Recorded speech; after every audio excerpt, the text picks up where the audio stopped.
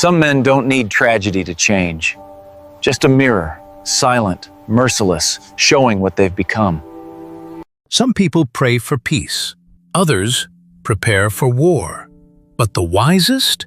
They train their mind until it no longer flinches. You keep chasing calm, but every time life pokes you, just a little, you lose your grip. You snap at the wrong people. You drown in your own thoughts. And deep down, you know, it's not the world that's chaotic. It's your mind, untrained. Funny, isn't it? We've got tutorials on how to fix a blender, but no manual on how to fix a broken will. So here it is, no fluff, no filters. 8 brutal laws that will forge your mind into steel. Not because life gets easier, but because you'll get sharper. Let's begin. Number 1. If you don't choose discomfort, it will choose you. You weren't meant to live in a padded room. Yet, that's what most people spend their lives building. Comfortable jobs, comfortable lies, comfortable routines, until one day life kicks down the door, and all that comfort turns into a straitjacket. There was a time I slept on the floor beside Kai's workshop. No mattress, no heater, just wood dust and silence. But that winter taught me how to breathe without panic again. The truth? Comfort isn't security. It's sedation. And like anesthesia, it wears off exactly when pain begins. Your growth doesn't happen on the massage table. It happens in the tension. That awkward conversation you've been avoiding. That cold morning run when your bed whispers sweet nothings. That moment you say no, when your inner coward screams, please. Pain isn't the enemy. It's the forge. And you're the sword. Ancient warriors didn't wait for the enemy to attack. They trained in storms, on empty stomachs, in silence. Not out of masochism, but because when hardship finally knocks, you don't rise to your goals. You fall to your training. Let that sink. Want to become mentally unshakable? Start small. Take the stairs when the elevator's right there. Sit in silence when the urge to scroll hits. Say no when your gut says yes too fast. Discomfort isn't punishment. It's preparation. Every bruise now saves a breakdown later. And every choice to lean into difficulty rewires your nervous system to say, I've felt worse and I'm still here. Whisper this to yourself today. Comfort makes me forget who I am. Pain reminds me what I'm made of. Number 2, master your emotions or they'll master you. Let's be honest, most people don't make decisions. They just react. Fast, loud, and blind. One bad text ruins their whole day. One passive-aggressive comment spins them into a week-long spiral. One failed plan, and suddenly nothing feels worth doing. The reason? They were never taught to feel without obeying. Anger says fight. Fear says run. Sadness says stop. And most people say, yes, sir. But here's a twist the modern world forgot. Your emotions are messengers, not masters. They knock, you answer, but you don't hand them the keys to your life. Think of your emotions like weather. You don't pretend it's not raining. You grab an umbrella, you adjust, but you don't drown. The Stoics weren't stone statues. They felt everything, but they trained themselves to pause before obeying. That's the edge. Let's slow down here. Pause moment. Imagine you're in traffic. Someone cuts you off. Your blood boils. But instead of honking, shouting, or chasing them down in your mind for 3 hours, you do nothing. You breathe. You smile. Not because you're weak, but because you're in charge. Once, My ex-partner humiliated me in front of investors. I stayed silent, not because I was calm, but because my rage almost made me say something I couldn't take back. That's not robotic. That's power. You're not your anger. You're the one witnessing it. You're not your sadness. You're the one walking through it. You're not your anxiety. You're the one deciding anyway. And when you reclaim that distance, even just for a second, you turn chaos into clarity. Try this next time you're triggered. Pause before responding. Ask, is this useful right now? Breathe, then speak like someone you admire, not like someone who just lost a video game and wants to throw their phone through a wall. And hey, no shame. We've all been that guy, some of us, last Tuesday. Here's the truth they don't put on t-shirts. You can feel everything and still choose nothing. That's not suppression, that's strategy. Because the moment you stop being a puppet for your mood, you become magnetic. People sense it. You walk into a room and carry stillness like armor. You speak less, but every word lands. You no longer ride every wave. You become the anchor. If something inside you felt steadier just now, leave a single word in the comments. Anchor. Not for validation, but as a quiet promise to yourself. And in a world ruled by emotional toddlers with credit cards and Instagram filters, that kind of composure is rare. And rare is powerful. Whisper to yourself today, my feelings are valid, but my actions are sacred, and I get to choose both. Number 3. Kill your need for fairness, or it will kill your peace. Let's say it straight. Life's not fair, and the sooner you bury that fantasy, the sooner your soul can breathe. You work overtime. Someone lazy gets the credit. You love someone fully. They ghost you with a meme quote. You play by the rules and still end up broke, burnt, or betrayed. And your brain goes, this isn't fair. And it's not. But fairness was never the deal. There's no universal referee in the sky, blowing a whistle every time a kind person gets hurt or a toxic one gets a raise. Let's hit the uncomfortable pause here. Maybe life isn't broken. Maybe our expectations are. Because here's the trap. When you believe life should be fair, every injustice feels like a personal attack. You stop adapting. You start resenting. And soon, your victimhood becomes your identity. You become that person. The one who can't enjoy a win because they're too busy comparing it to someone else's easier path. I spent 2 years building a deal Rico stole overnight. I didn't even fight him. I just left and rebuilt without bitterness. Social commentary moment? We live in a world where people rage more over Instagram algorithm injustice than real moral injustice. Oh no, my reel only got 80 views.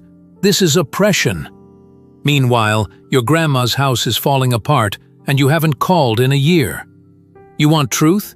Fairness is not a promise. Fairness is a preference.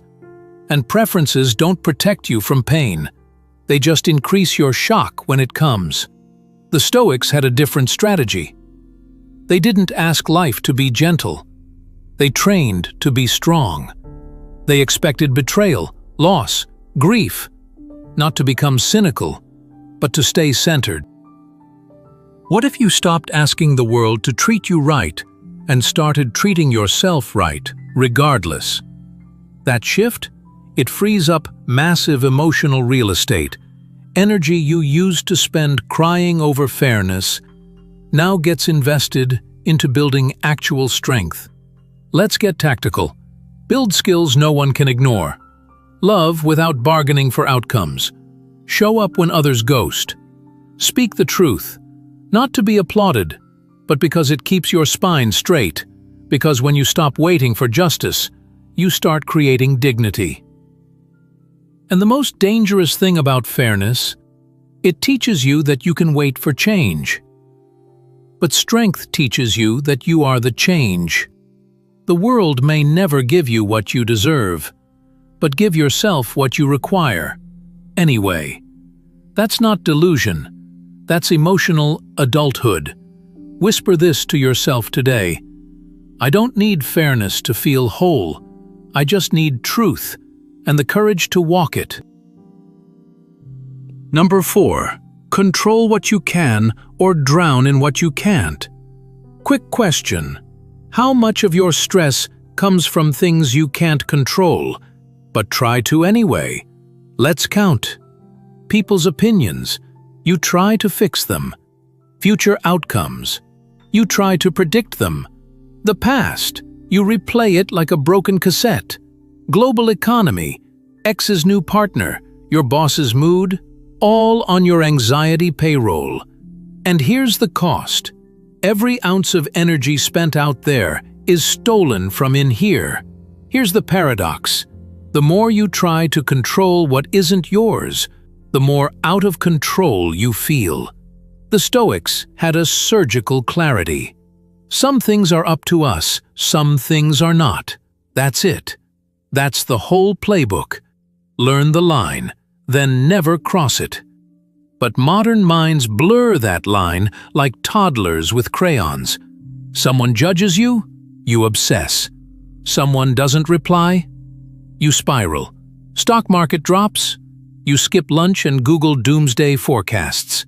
It's not just inefficient, it's spiritual self-harm. Pause here. Small stillness moment. Imagine a ship in a storm. Waves smashing the deck. Wind screaming. The average person grabs the sky and screams back. The Stoic grabs the wheel. That's the difference. My mother once disappeared for 3 days during a depressive episode. I couldn't reach her. That's when I learned. Control doesn't begin with others. It begins with how you hold yourself in uncertainty. You don't control the sea. You control the steering. And when you do that long enough, you stop fearing waves. Want to practice? Ask yourself this simple question every time you feel overwhelmed. Is this within my control? If yes, act. If no, release. Don't delay. Don't debate. Just drop it. And don't worry. You're not being passive. You're being precise. You're not giving up. You're finally showing up where it matters. Let this settle in. You can't control if they love you, but you can control if you keep loving yourself. You can't control if they believe you, but you can control if you speak truthfully. You can't control what happens next, but you can become the kind of person ready for whatever comes. And that's what makes you unshakable. Not certainty, but clarity. Because when others scream at the wind, you'll be silent, focused, hands on the wheel. Whisper this to yourself today. I control the sail. Life controls the wind, and I no longer fear the storm.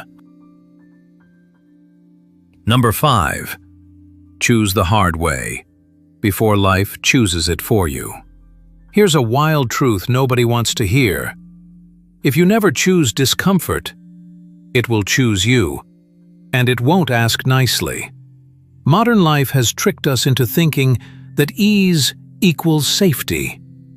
Warm bed, fast food, instant answers, soft conflict-avoidant conversations. But what happens when life rips all that away? You break, because you were never built. You were bubble-wrapped.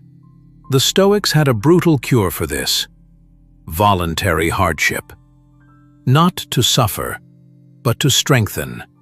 They skipped comfort not because they hated pleasure, but because they didn't want to be owned by it.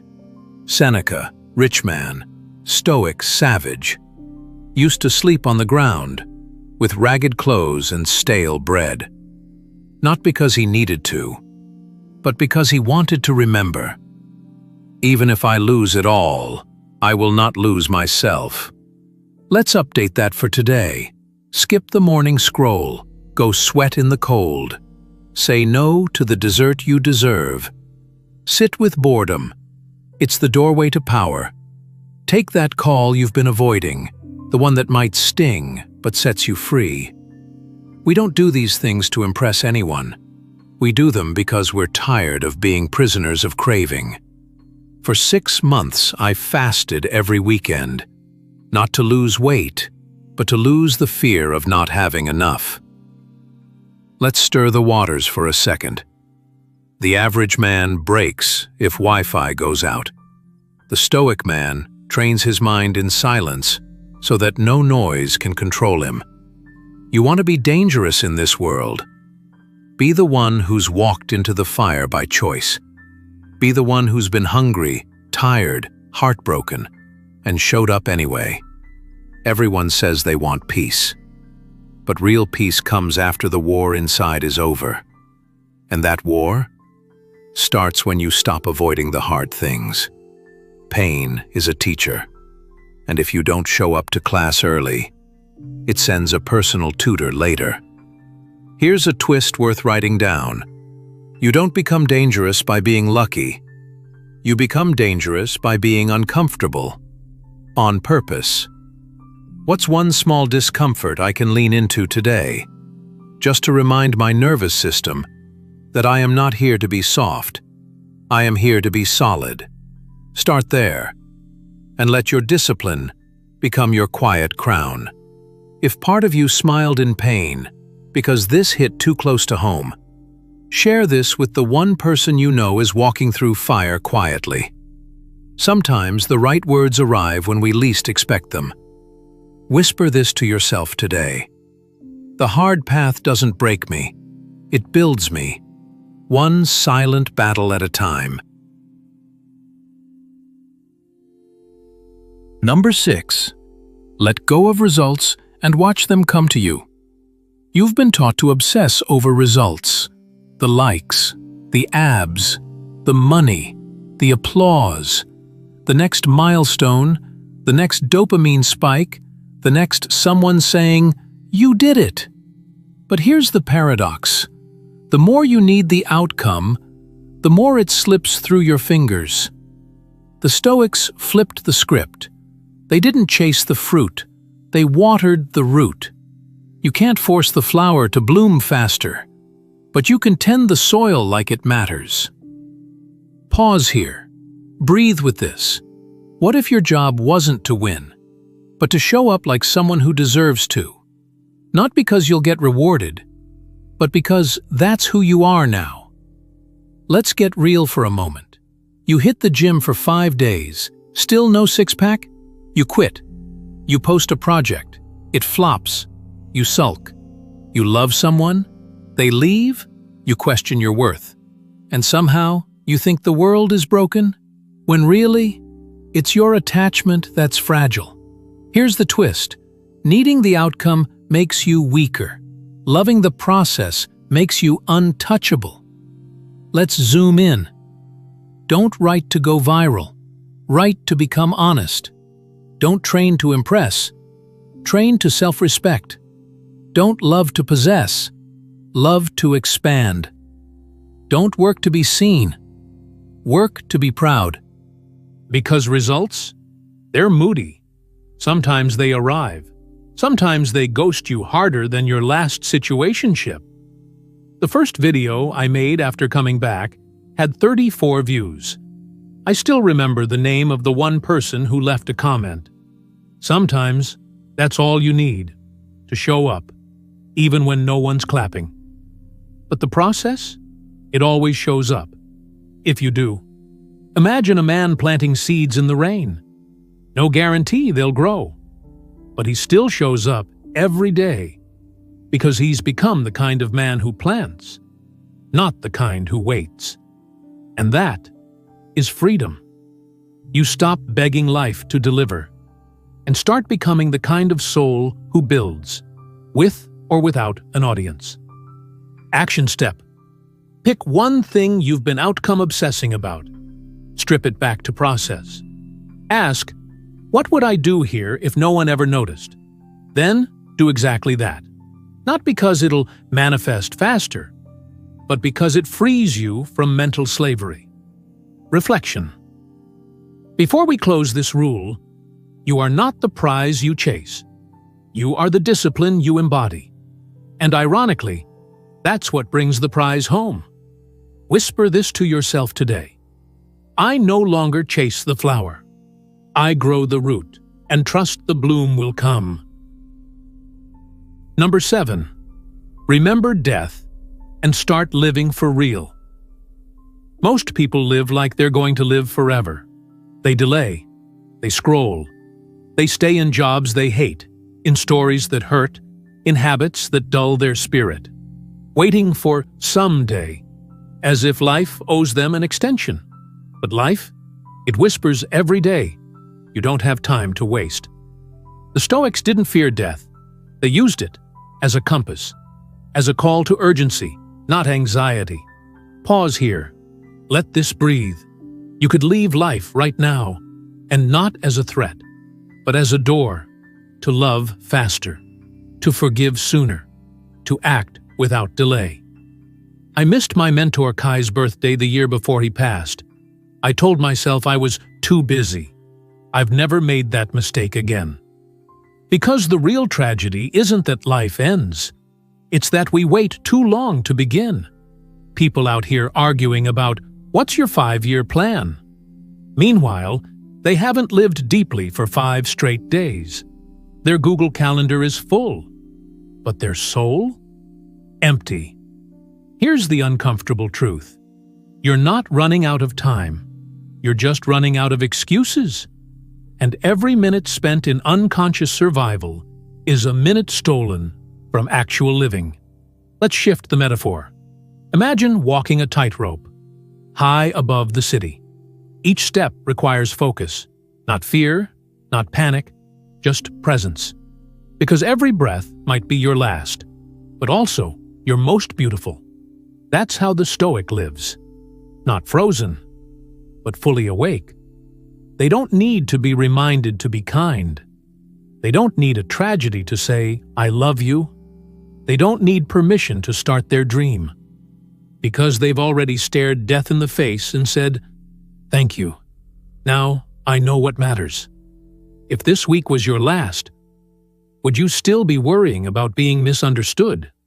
About being perfect? About being liked? Or would you finally speak, act, love, like your time was yours? Action. Don't wait. Send the message. Make the move. End what drains you. Begin what awakens you. Because you can't control when your clock stops ticking, but you can decide how loudly your heart beats until it does.